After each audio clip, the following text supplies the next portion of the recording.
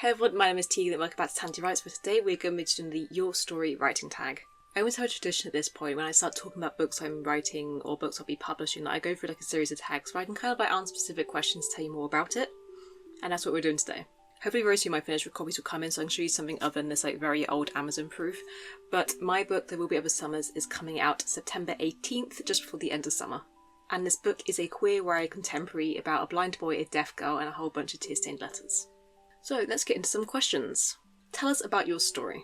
There Will Be Other Summers is about Asher and Rin, who meet in a group therapy exercise where they have to exchange letters, and it very quickly becomes unclear who saves who. They make a pact to trade lives for the rest of the summer, and it becomes clear that they found the only person who understands each other truly. It's only with Asher that Rin can be himself. He's a lonely blind boy who might not be so lone after all, and it's only with Rin that Asher stops feeling so self-conscious about her deafness that she can forget to count down the days and start living them instead. But one day Asher finds a mysterious tear-stained letter from an anonymous author, and it's unclear who she cares more about saving. What is your favourite friendship?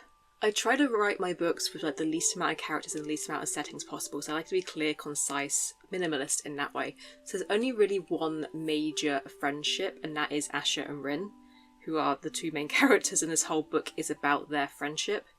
So that's my favourite. But we have a few small moments between Rin and his friend Luke, who's someone he's known for a while, and to him he's not really sure if it's like a true friendship or if they're friends because they just happen to be near each other all the time. And it's kind of this like strange abstract analysis of what a lot of the friendships through my life have been about. A lot of people who you're friends with in school, you think, would we actually be friends? Would we even talk to each other if we weren't sat next to each other in the same class right now? And then it's about me going to uni and thinking, oh my god, I've missed all the chances to find friends, and then suddenly meeting like my platonic soulmate. What is your favourite romance? This book, little to no, I'm going to say I'm promoting it as no romance. There is like a minor subplot where Asher is kind of figuring out her feelings towards a girl, but I wouldn't say it's a romance. It's more of a, do I like you as a friend? Do I like you because you show attention to me? Or do I actually like you? But this book has like themes of asexuality. It has Asher talking about her sapphicness and kind of struggling coming to terms with using the word lesbian for herself. So there's sexuality discussions. It's not really romance. It's not a romantic book. It's a book about falling in love with your friends. What is the saddest scene in your story? This is a book that's kind of heavily inspired from like the John Green, The Fault in Our Stars era, so like early 2010s YA contemporaries, where you have all the bright places, you have The Fault in Our Stars, even though this is more like Turtles All the Way Down inspired than The Fault in Our Stars inspired, to me at least. You have Alice Osman, kind of like Radio Silence and Loveless, those type of ones. It's the classic sad YA contemporaries. There's a lot of sad scenes. A lot of them I try and infuse with like a hopeful feeling, because I don't want to be sad, because then it's overwhelmingly sad and the author won't understand the impact. The reader won't feel like the full impact of that sadness, that everything is sad. So you've got to throw in some light scenes to like brighten it up, show that there is potential for hope. But for me, the saddest scene, chapter 16, the opening of chapter 16 I've just come to, where Rin's kind of having an episode. It's pretty much a panic attack, is how I'll describe it with minimal spoilers, because he's been reminiscing on his disability and his feelings toward that a lot recently. A lot of the scenes, anytime Rin starts, like, it's in third person POV, so none of the characters are really like narrating, but there's a scene where it's more from Rin's perspective. And a lot of them are sad. I think I channeled a lot of my sadness into him. There's a lot of scenes here. We have chapter 16, which is Rin's panic attack. And then there's another scene that I'm looking at now. I forgot about this one. There's a scene, it's at the end of chapter 28, at the end of the July section of the book, where Rin is, it's not quite a panic attack, but he's turning art, something he very truly loved, into his enemy. Is how we'll summarise that. It's, I'll just call it the scene where he paints his room, because that's a line that's on the page right now. And then there's another one where he's kind of getting out of the shower and struggling with his body. And for me, this was kind of an interesting exploration.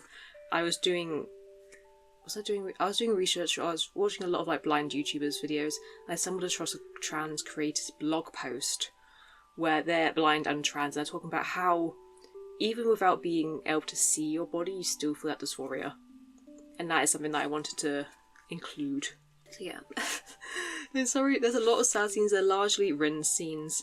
Asher has some sad moments, but for me, she is more anxiety and he is more depression.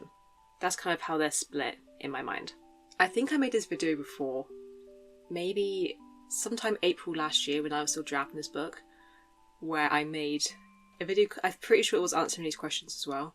So I'm very interested to see what my thought process was, like, you know, partway through the draft compared to the finished draft. Like, what was my saddest scene last year before half these scenes were written? And obviously the climax is a sad scene as well, but we're not going to talk about that right now. I'm going to leave some things as a surprise. What is your favourite scene in your story?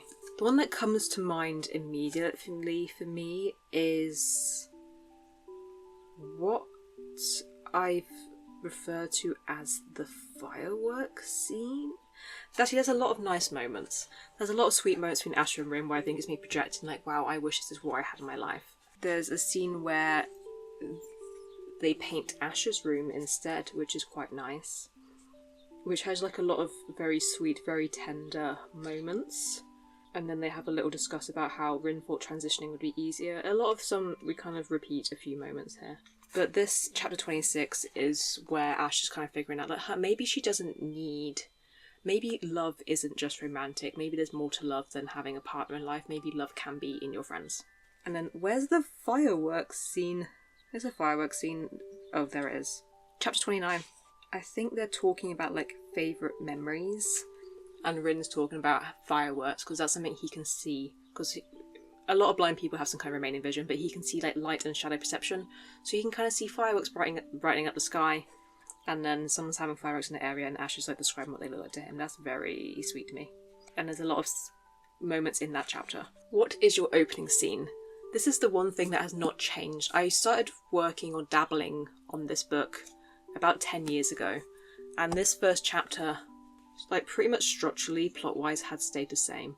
But the first scene, we open with Rin and he is sat up on a cliff path on a bench, kind of listening to the ocean. He's flicking through songs on his phone and he can't find one that kind of encapsulates his mood.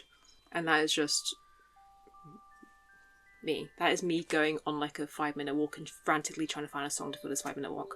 And it's also going out and being in nature. A lot of this book is like a very subliminal love letter to nature and the area that I grew up in. So it's going to looking at the sea and feeling calm by the sea and realising, oh, this is like the sound that fixes me. We don't need music to fix me. We just need the sound of the ocean, some wind, some trees, things like that. How did the story come about? I started working on it about 10, maybe 11 years ago, and I put it down for a long time in between. But it was originally about, I had an idea, it was probably after reading like The Fault in Our Stars, All the Bright Places, and I thought, wow, this is a book that's speaking to me as a 14-year-old. The characters used to be younger, they're now like 17, turning 18, but the characters used to be 14, 15. And I thought, what if there was a blind character, and what if there was a deaf character, and like how would they meet and interact, and what would the logistics of that friendship be? And overall, just in life, that you can have friendships that can overcome any kind of like metaphorical language barrier. And then I sat with that idea for a while. I wrote the first few chapters and they meet in a therapy session. That is like very definitely, you can tell that is taken from The Fault in Our Stars, where Hazel, Grace and Augustus meet in therapy. So that's an ecological place for me, and having the group bonding exercises, and that worked out. And then I sat on this idea for a while and I started writing another story, dabbling in another story, of a character who has like a terminal illness and her best friend's helping her go through her bucket list.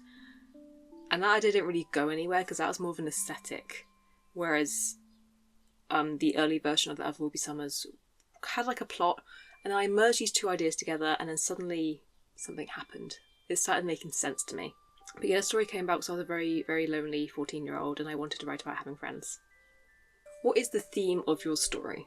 The overall theme is platonic love, friendship, mental health. It's a very classic coming-of-age story in that sense. But it's, I was going to say, more of a modern contemporary take.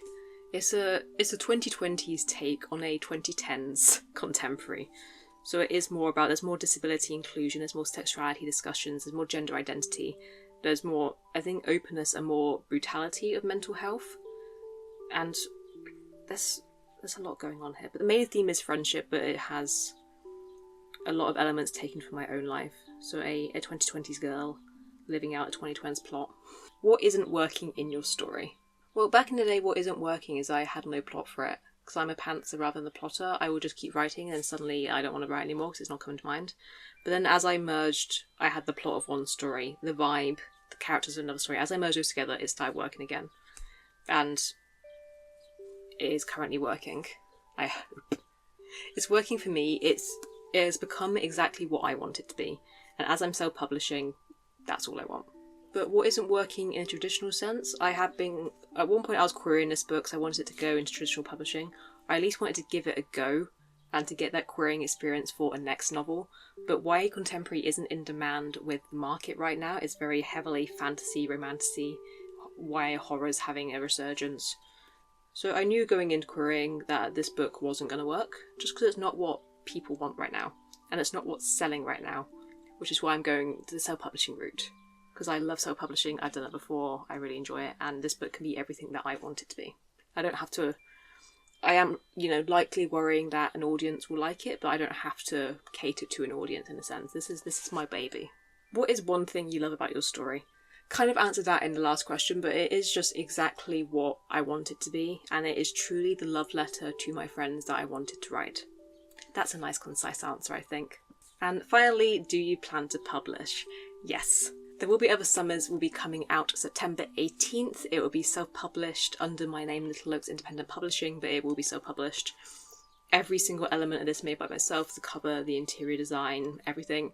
And pre-order links will be available soon. I have a few more. I've got a little final proofreads, got to catch some final typos. The pre-order links will be out as soon as possible. Pre-order goodies and incentives will be out. And yeah, this book will be finding your way to a bookshelves just before the end of summer. So that is all I have to say about my baby today. Thank you so much for watching this video. I hope you can let this story into your life soon, and I hope to see you next time. Bye!